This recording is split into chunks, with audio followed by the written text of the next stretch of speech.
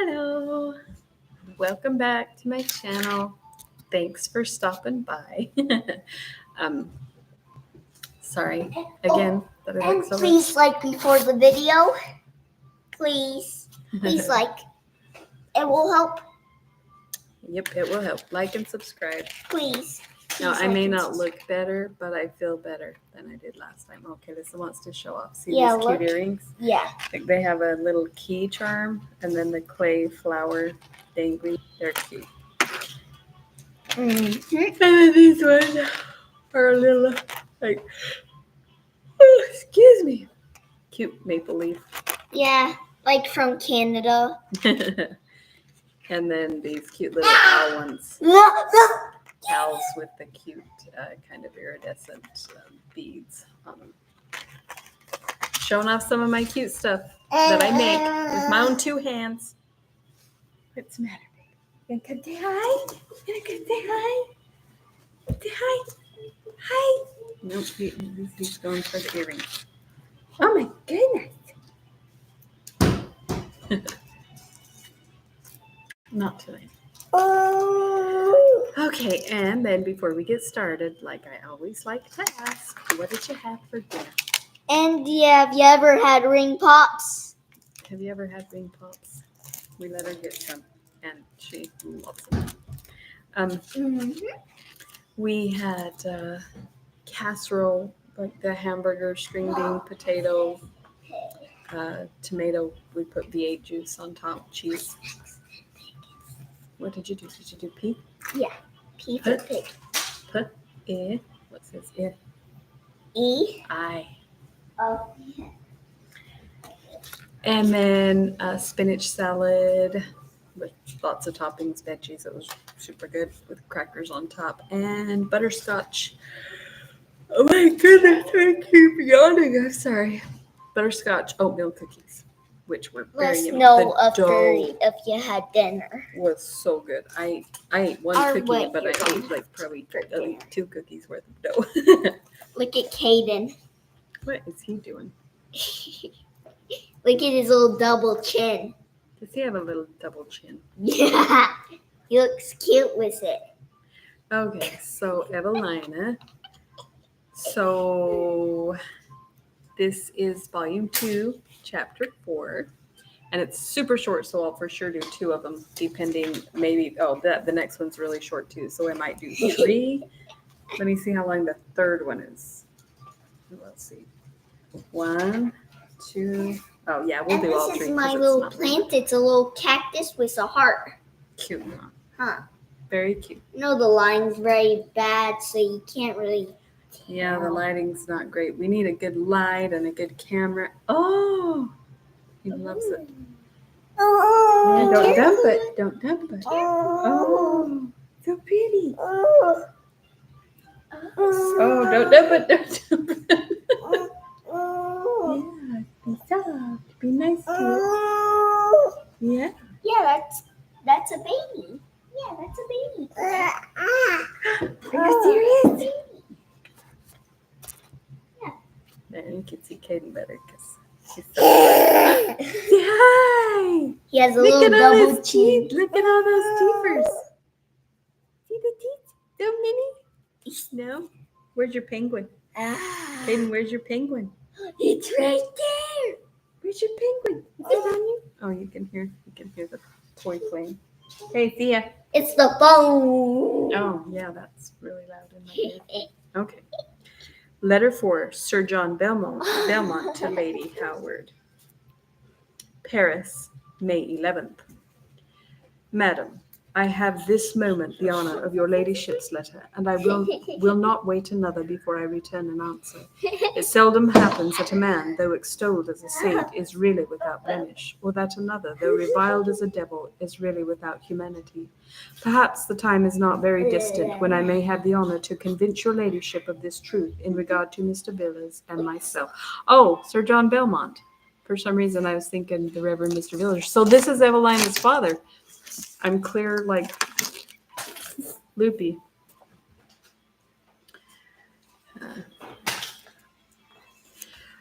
Okay, so let me read that line again. Perhaps the time is not very distant when I may have the honour to convince your ladyship of this truth in regard to Mr. Villiers and myself. As to the young lady whom Mr. Villiers so obligingly proposes presenting to me, I wish her all the happiness to which, by your ladyship's account, she seems entitled. And if she has a third part of the merit of her to whom you compare her, I doubt not but Mr. Villiers will be more successful in every other application he may make for her advantage than he can ever be in any way with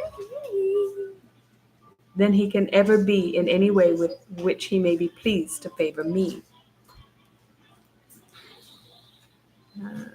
That sentence did not make sense to me. I doubt not, but Mr. Villiers will be more successful in every other application he may make for her advantage than he can ever be in any which he may be pleased to favor me. Oh, okay. He's saying you're going to be a lot more likely to be successful if you just take care of her than if you try to get me to, I guess. I have the honor to be, Madame, your ladyship's most humble and most obedient servant, John Belmont. Letter 5. Evelina to the Reverend Mr. Villiers, Howard Grove, May 18th. Well, my dear sir, all is now over. The letter so anxiously expected is at length arrived, and my doom is fixed. The various feelings which oppress me I have not language to describe, nor need I. You know my heart. You have yourself formed it, and its sensations upon this occasion you may but too readily imagine. Outcast as I am, and rejected forever by him to whom I of right belong, shall I now implore your continued protection? No, no, I will not offend your generous heart, which, open to distress, has no wish but to relieve it, with an application that would seem to imply a doubt. I am more secure than ever of your kindness, since you now know upon that is my sole dependence. I endeavor to bear the stroke with composure. We don't want to see up your nose, baby. And in such a manner as if I had already received your counsel and consolation. Yet at times my emotions are almost too much for me. Oh, sir, what a letter for a parent to write! Must I not myself be deaf to the voice of nature if I could endure to be thus absolutely abandoned without regret? I dare not, even to you, nor would I, could I help it, to myself acknowledge all that I think. For indeed I have sometimes sentiments upon this rejection which my strongest sense of duty can scarcely correct. Yet suffer me to ask, might not this answer have been softened? Was it not enough to disclaim me for ever, without treating me with contempt, and wounding me with derision? But while I am thus thinking of myself, I forget how much more he is the object of sorrow than I am. Alas, what amends can he make himself for the anguish he is hoarding up for time to come? My heart bleeds for him whenever this reflection occurs to me. What is said of you, my protector, my friend, my benefactor, I dare not trust myself to comment upon. Gracious heaven, what a return for goodness so unparalleled! I would fain endeavour to divert my thoughts from this subject, but even that is not in my power. For, afflicting as this letter is to me, I find that it will not be allowed to conclude the affair, though it does all my expectations, for Madame Duval has determined not to let it rest here. She heard the letter in great wrath, and protested she would not be so easily answered. She regretted her facility in having been prevailed upon to yield the direction of this affair to those who knew not how to manage it, and vowed she would herself undertake and conduct it in future. It is in vain that I have pleaded against her resolution, and besought her to forbear an attack. Where she has nothing to Lady Howard will one day be more openly dealt with. She will not hear me. She is furiously bent upon a project which is terrible to think of, for she means to go herself to Paris, take me with her, and there, face to face, demand justice. How to appease or to persuade her, I know not, but for the universe would I not be dragged in such a manner to an interview so awful with a parent I have never yet beheld. Lady Howard and Mrs. Mervyn are both of them infinitely shocked at the present situation of affairs, and they seem to be even more kind to me than ever. And my dear Maria, who is the friend of my heart, uses her utmost efforts to console me, and when she fails in her design, with still greater kindness, she sympathizes in my sorrow. I very much rejoice, however, that Sir Clement Willoughby had left us before this letter arrived. Be sweet, baby. Mom, what's next to spell pig? Yeah. What's the last sound? Pig. G. Yep, that's right. Lady Howard thinks I ought not to dislodge Madame Duval, yet she acknowledges the impropriety of my accompanying her abroad with such an enterprise. Indeed, I would rather die than force myself into his presence. But so vehement is Madame Duval that she would instantly have compelled me to attend her to town in her way to Paris. Had not Lady Howard so far exerted herself as to declare she could by no means to consent to my quitting her house till she gave me up to you, by whose permission I had entered it. Oh, you want to show? She's doing school. She wants to show off. No. Oh, you just want to show me? Do the mouth? You think I drew the mouth? No. Did you? I did. What? Oh, it looks so good. Yeah. She was extremely angry at this denial, and the captain, by his sneers and raillery, so much increased her rage that she has positively declared, should your next letter dispute her authority to guide me by her own pleasure, she will without hesitation make a journey to Berry Hill and teach you to know who she is. Should she put this threat in execution, nothing could give me greater uneasiness, for her violence and volubility would almost distract you. Unable as I am to act for myself, or to judge what conduct I ought to pursue, how grateful do I feel myself that I have such a guide and director to counsel and instruct me as yourself. Adieu, my dearest sir. Heaven, I trust, will never let me live to be repulsed and derided by you, to whom I now sign myself. Wholly your Evelina. Letter 5. Mr. Villars to Evelina. Berry Hill, May 21st. Let not my Evelina be depressed by a stroke of fortune for which she is not responsible. No breach of duty on your part has incurred the unkindness which has been shown you, nor have you, by any act of imprudence, provoked either censure or reproach. Let me entreat you, therefore, my dearest child, to support yourself with that courage which your innocency ought to inspire, and let all the affliction you allow yourself be for him only, who, not having that support, must one day be but too severely sensible how much he wants it. The hint thrown out concerning myself is wholly unintelligible to me. My heart, I dare own, fully acquits me of vice, but without blemish I have never ventured to pronounce myself. However, it seems his intention to be hereafter more explicit, and then, should anything appear that has on my part contributed to those misfortunes we lament, let me at least say that the most partial of my friends cannot be so much astonished as I shall myself be at such a discovery. The mention also of any future applications I may make is equally beyond my comprehension, but I will not dwell upon a subject which almost compels from me reflections that cannot be but wounding to a heart so formed for filial tenderness as my Evelina's. There is an air of mystery throughout the letter, the explanation of which I will wait in silence. The scheme of Madame Duval is such as might be reasonably expected from a woman so little inured to disappointment, and so totally incapable of considering the delicacy of your situation. Your averseness to her plan gives me pleasure, for it exactly corresponds with my own. Why will she not make the journey she projects by herself? She would not have even the wish of an opposition to encounter, and then, once more, might my child and myself be left to the quiet enjoyment of that peaceful happiness which she alone has interrupted. As to her coming hither, I could indeed dispense with such a visit. But if she will not be satisfied with my refusal by letter, I must submit to the task of giving it her in person. My impatience for your return is increased by your account of Sir Clement Willoughby's visit to Howard Grove. I am but little surprised at the perseverance of his assiduities to interest you in his favour, but I am very much hurt that you should be exposed to addresses which, by their privacy, have an air that shocks me. You cannot, my love, be too circumspect.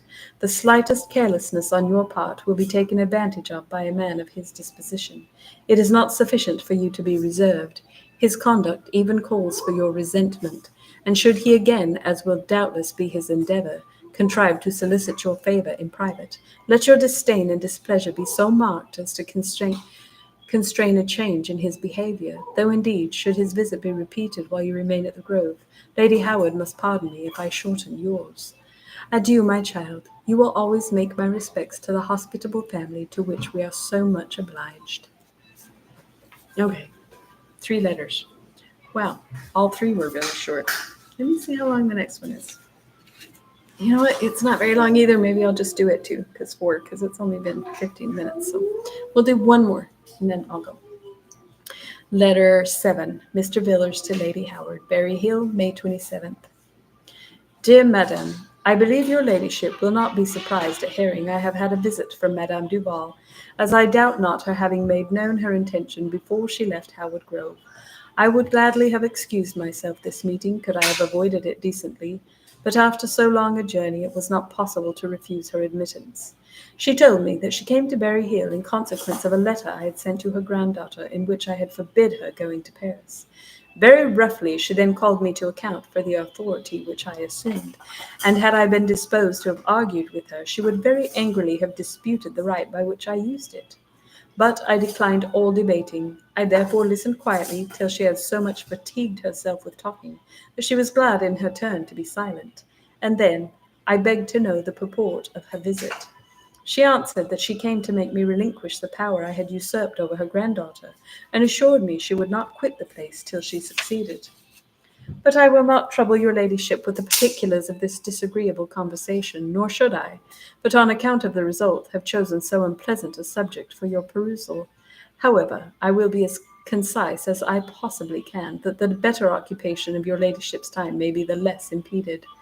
When she found me inexorable in refusing Evelina's attending her to Paris, she peremptorily insisted that she should at least live with her in London, till Sir John Belmont's return.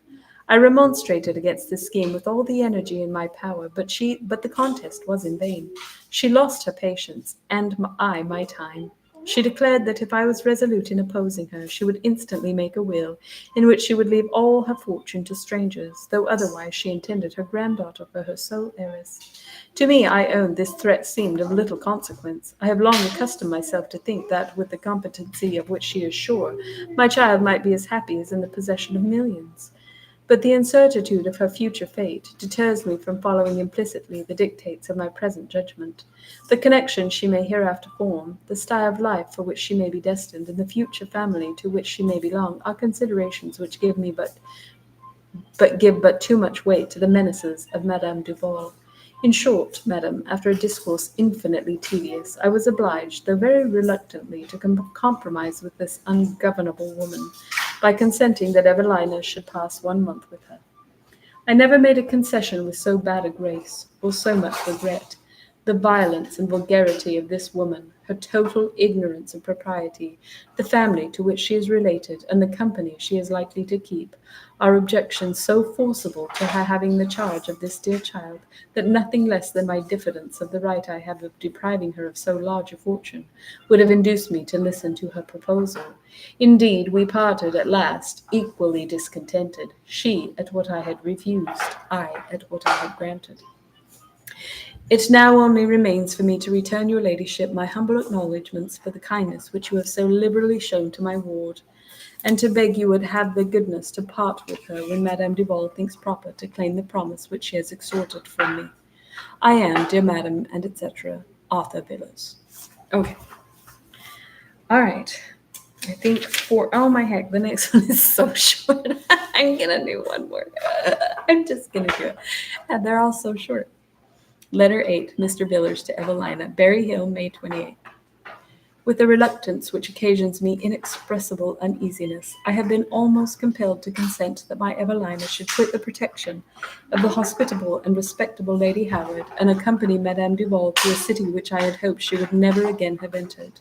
But alas, my dear child, we are the slaves of custom, the dupes of prejudice, and dare not stem the torrent of an opposing world, even though our judgments condemn our compliance. However, since the die is cast, we must endeavour to make the best of it. You will have occasion in the course of the month you are to pass with Madame Duval for all of the circumspection and prudence you can call to your aid. She will not, I know, propose anything to which she thinks wrong herself. But you must learn not only to judge, but to act for yourself. If any schemes are started, any engagements made, which your understanding represents to you as improper, exert yourself resolutely in avoiding them, and do not, by a too passive facility, risk the censure of the world or your own future regret. You cannot too assiduously attend to Madame Duval herself, but I would wish you to mix as little as possible with her associates, who are not likely to be among those whose acquaintance would reflect credit upon you. Remember, my dear Evelina, nothing is so delicate as the reputation of a woman. It is at once the most beautiful and most brittle of all human beings. Adieu, my beloved child. I shall be but ill at ease till this month is elapsed. A.V. Okay, that's it. The next one is longer. Way longer. Longer than all those put together. Okay. All right, we'll be done for tonight. And we will see you next time. So now we're on letter 9. So we'll pick that up tomorrow. Oh my goodness, I'm sorry. I keep yawning. I'm so tired. So tired all the time. Okay. Thank you for stopping by. Thanks for coming to the Story Corner for story time. And we'll see you next time. Good night.